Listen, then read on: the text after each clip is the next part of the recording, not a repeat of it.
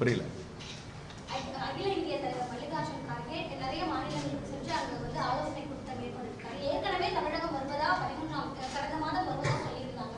இன்னும் வரைக்கும் வரவில்லை. எப்ப வராரு? அதற்கான ஆலோசனை கூட்டங்கள் எப்ப நடைபெறும்? மிக விரைவில் வருவார், மிக விரைவில் வருவார். மோடி அரசு தொடர்ந்து மீனவர்களுக்கு மட்டும் எதிராக இல்லை, விவசாய பெருங்குடி மக்களுக்கும் எதிராக இருக்கிறது. 3 புதிய வேளாண்மை சட்டத்தை கொண்டு வந்தார்கள். வேளாண்மை பெருங்குடி மக்கள் விவசாயிகள்லாம் டெல்லியில் போராட்டம் செய்த பிறகு, பல உயிர்கள் போன பிறகு அந்த வேளாண்மை புதிய சட்டத்தை திரும்ப பெற்றார்கள். விவாதமே இல்லாமல் கொண்டு வந்தார்கள், விவாதமே இல்லாமல் திரும்ப பெற்றார்கள். இப்பொழுது மீண்டும் விவசாய பெருங்குடி மக்களுக்கு எதிராக மோடி அரசு செயல்பட்டு கொண்டிருக்கிறது.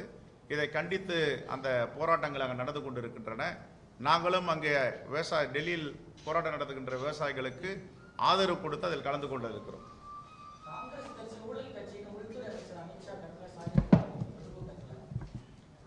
அவங்க சொல்றது எதுவுமே உண்மை கிடையாதுங்க. உண்மையே பேச தெரியாதவங்க தான் பாஜக தலைவர்கள், பாஜக அமைச்சர்கள்.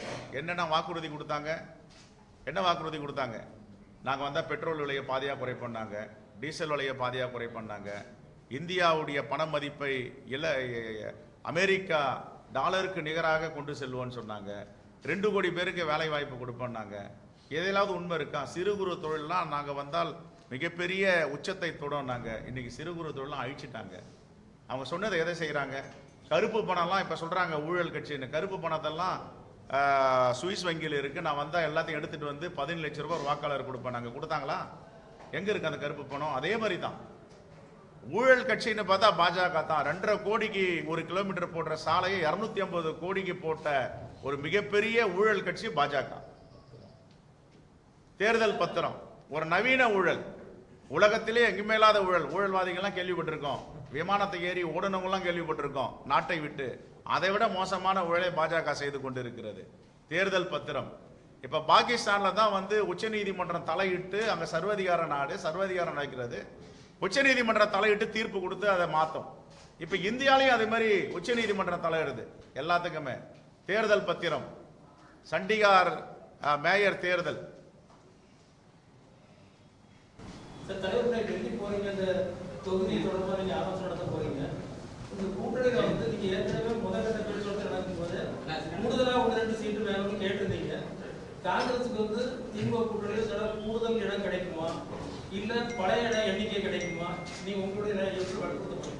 நாங்கள் திராவிட முன்னேற்ற கழகத்தை கூட தோழமையோடு இருக்கும், உண்மையான தோழமையோடு இருக்கும், நட்புணர்வோடு இருக்கும். அதனுடைய தலைவர் ராகுல் காந்தி திராவிட முன்னேற்ற கழகத்தின் தலைவர் தளபதியோடு ஒரு மிகப்பெரிய ஒரு நம்பிக்கையோடு இருக்காங்க.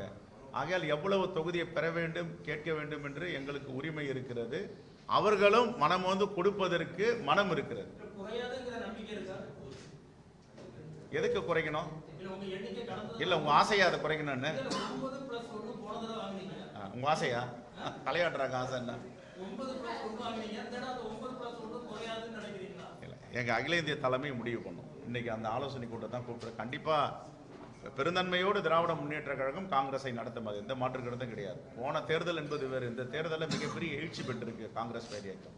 குறிப்பாக தலைவர் ராகுல் காந்தி அவர்கள் இந்த தேசிய ஒற்றுமை நடைபெறும் பாரத் ஜோடோக்கு பிறகும், இப்ப பாரத் நியாயாவுக்கு பிறகும் ஒரு மிகப்பெரிய எழுச்சி பெற்றிருக்க. இளைஞர்கள்லாம் சாரசாரியாக காங்கிரஸில் சேர்ந்து கொண்டிருக்கிறார்கள். ஒரே ஒரு உதாரணம், 2 தினங்களுக்கு முன்னும் கூட சென்னை மாமன்ற உறுப்பினர், வழக்கறிஞர்கள் எல்லாம் வந்துட்டு இருக்காங்க. எல்லா மாவட்டங்களிலையும் இப்போ சேர்ப்பதற்கு தேதி போட்டிருக்கிறார். காங்கிரஸ் பேரியக்கத்தில் தன்னை இணைத்துக் கொள்ள வேண்டும், ராகுல் காந்தி பின்னால் அணி வைக்க வேண்டும் என்று. சிறிய கட்சிகள்லாம் கூட ஒரு சீட்டுக்கு கூட வேணும்னு சொல்லி அவங்ககிட்ட உரிமையோட கேட்கறாங்க. நீங்க எதுக்கு குறையாதுன்னு சொல்றதுக்கு நீங்க யோசிக்கிறீங்க? இல்லைங்க, ஒரு நிமிஷம். சிறிய கட்சி நீங்களே சொல்லிட்டீங்க, அப்ப பெரிய கட்சி நீங்களே சொல்றீங்க. எங்க அகில இந்திய தலைமை முடிவு பண்ண எதுவாக இருந்தாலும்.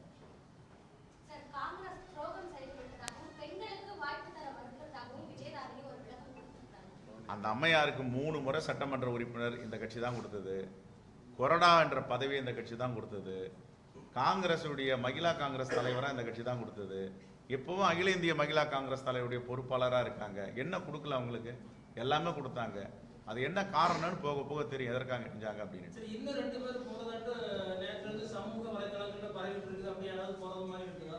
எங்க தலைவர் ராகுல் காந்தி அவர்கள் சொன்னது தான் அதுக்கு பதில்.